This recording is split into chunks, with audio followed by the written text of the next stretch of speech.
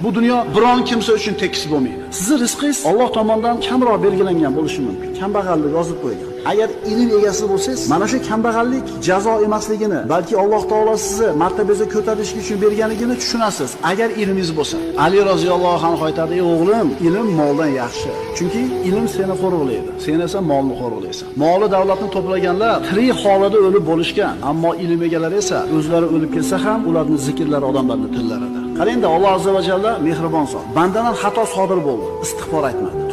To'planib ancha bo'lib qoldi. Shunda mehribon Robbimiz bitta dard berar ekan, qolgan hamma gunohlarni o'chirib tashlar ekan. Imtihon hovlisiga 100 yil yashayman deb imorat quramiz. Vaqtincha bo'lgan bu omonat vatanimizda abadiy qoladigandaqa ishlaymiz. Vaholanki bu ekinzorida xolos, dehqon bahorda ijaraga yerda oladi, kuzda topshiradi. O'shuning uchun imkon boricha foydalanishga harakat qiladi 6 oy, 7 oy ichida. Foydalanib qolay deydi. Bu dunyo birodarlar bizga vaqtinchaga berilgan ekin maydoniga o'xshaydi. Foydalanib qolishimiz kerak.